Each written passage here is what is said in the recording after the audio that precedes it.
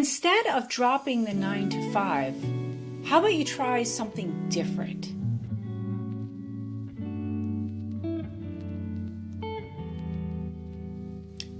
Don't quit your 9 to 5. Do this instead. There's a lot of talk out there, especially with some trending YouTubers, about quitting your 9 to 5 and just dropping everything and going to YouTube. Well, I can appreciate how excited they are and how enthusiastic they are. And listen, I love anyone that encourages anybody to be creative and banking on themselves. But instead of dropping the 9 to 5, how about you try something different? First of all, when you have a 9 to 5 job, are you looking for what you can bring to the job, or are you just looking for what you can get out of the job? See, this one thing was crucial for me when I was working. See, I grew up in a real impoverished house, and my mother had this take on work and jobs like a job was to be endured, right? It wasn't something to be proud of, and that you just had to show up for work. And she would take a ton of sick days, and it was always something that she just had to do. It wasn't something that you took pride in. And not one time can I say that I ever felt like she got a chance to show her creativity at any one of the roles that she had. And one of the things that I learned, because I was replicating this behavior, I was working for a friend of mine a long time ago, and I was exhibiting some of the same behavior. Like I would come in the morning and I'd be like, morning, it's another morning. Like who wants that at their place? Nobody wants that, right? But I would show up there and I would act like it was a burden to be there. And I remember my boss turned to me at one point and she's like, if you don't want to be here, that's the door. Like, I don't need that energy. I need someone who's going to show up bright, bushy-tailed, and who wants to work. I don't want to force anybody to come here. So if you don't want to be here, that's fine. You can go. And I was like insulted because I did not know that other people actually wanted to show up to work. I didn't know. I know it sounds crazy, but that's what I was raised with. And I slowly learned through a variety of ways and a variety of programs that if I show up in a spirit of service, if I show up to see what I can give rather than what I can take, I find work so much more rewarding. And I can tell you that I love my job. I love to work. I love the career, the path that I've chosen. I could imagine doing a couple other things, but really I love this niche that I'm in. Now, there have been times where a particular position that I was in other places was like soul sucking. Listen, everybody gets that opportunity in their life to work in a place that doesn't jive or work for somebody that doesn't treat them right. Like, if you're a human being, you're probably going to have that experience. Like nobody gets a pass on that ride on the carousel of life, right? You just need to learn to trust your gut. And if a position doesn't feel right, it's not right. If you're already saying, yeah, but well, if they do this, then I'll try that before you even start the job, it's not the right job. It's just that simple. I've learned that about myself. So now when I go into a position, I go for a position that feels good right away, that I don't have questions about or wondering. I don't have that anxious knot in my stomach, which, we can all get sometimes.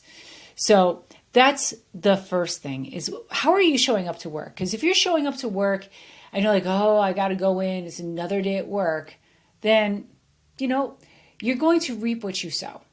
You're going to have a job that treats you nothing more than just a worker or a laborer because that's the way you're acting. The next point is I really want you to think about what you can bring. Like what kind of service can you bring? What makes you unique? What makes you powerful? What makes you something different, something special that you can bring to this environment? And put out of your mind other people or other limiting factors that other people might have. Really focus on what are your special skill sets. Like I love to organize stuff and I love to take care of people. I love to take care of people, and I love to take care of like educators. So I have found myself in positions where I'm doing that, where I am thinking about culture, where I am thinking about what opportunities can I bring other teachers.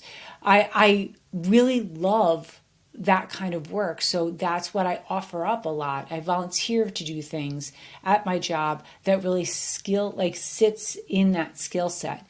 And you heard that, right? Like I volunteer to do extra things that I love, that I know I'm good at, and that I know would be helpful. I don't mean that you have to work a ton of extra work, but be willing to go a little bit above and beyond. I feel like the current generations that are out there right now in the workforce and I know I'm sunsetting. Like I know I'm probably 10 years away from retirement, right?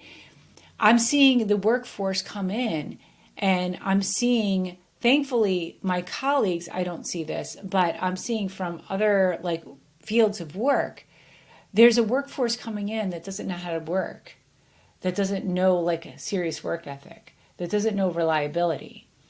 And I know that's a blanket statement, but it is something to pay attention to.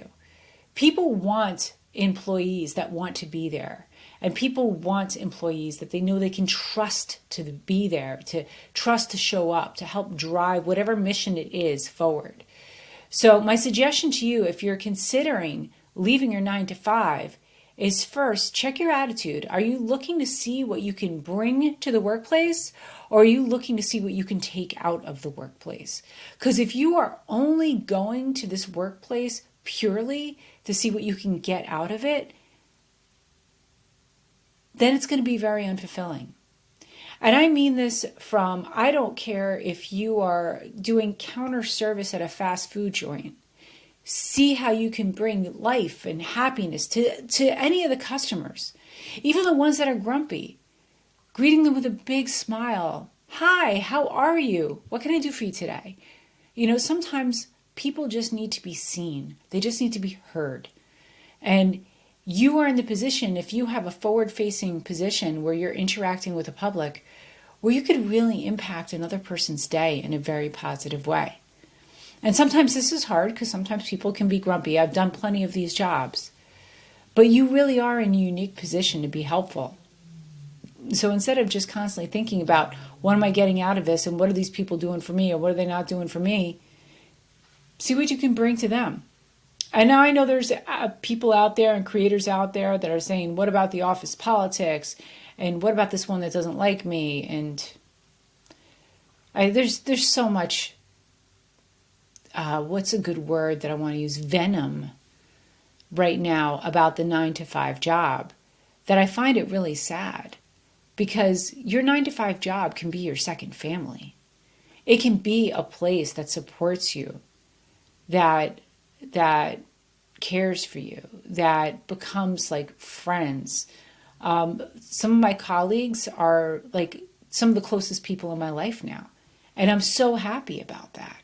I was in a position for a long time as a consultant and even as a leader where I had colleagues, but I didn't have a tight team that I was one among. I was leading, not one among. And I'm so happy to be one among right now and just to be part of. And just have like a family of colleagues that I can support and that can support me.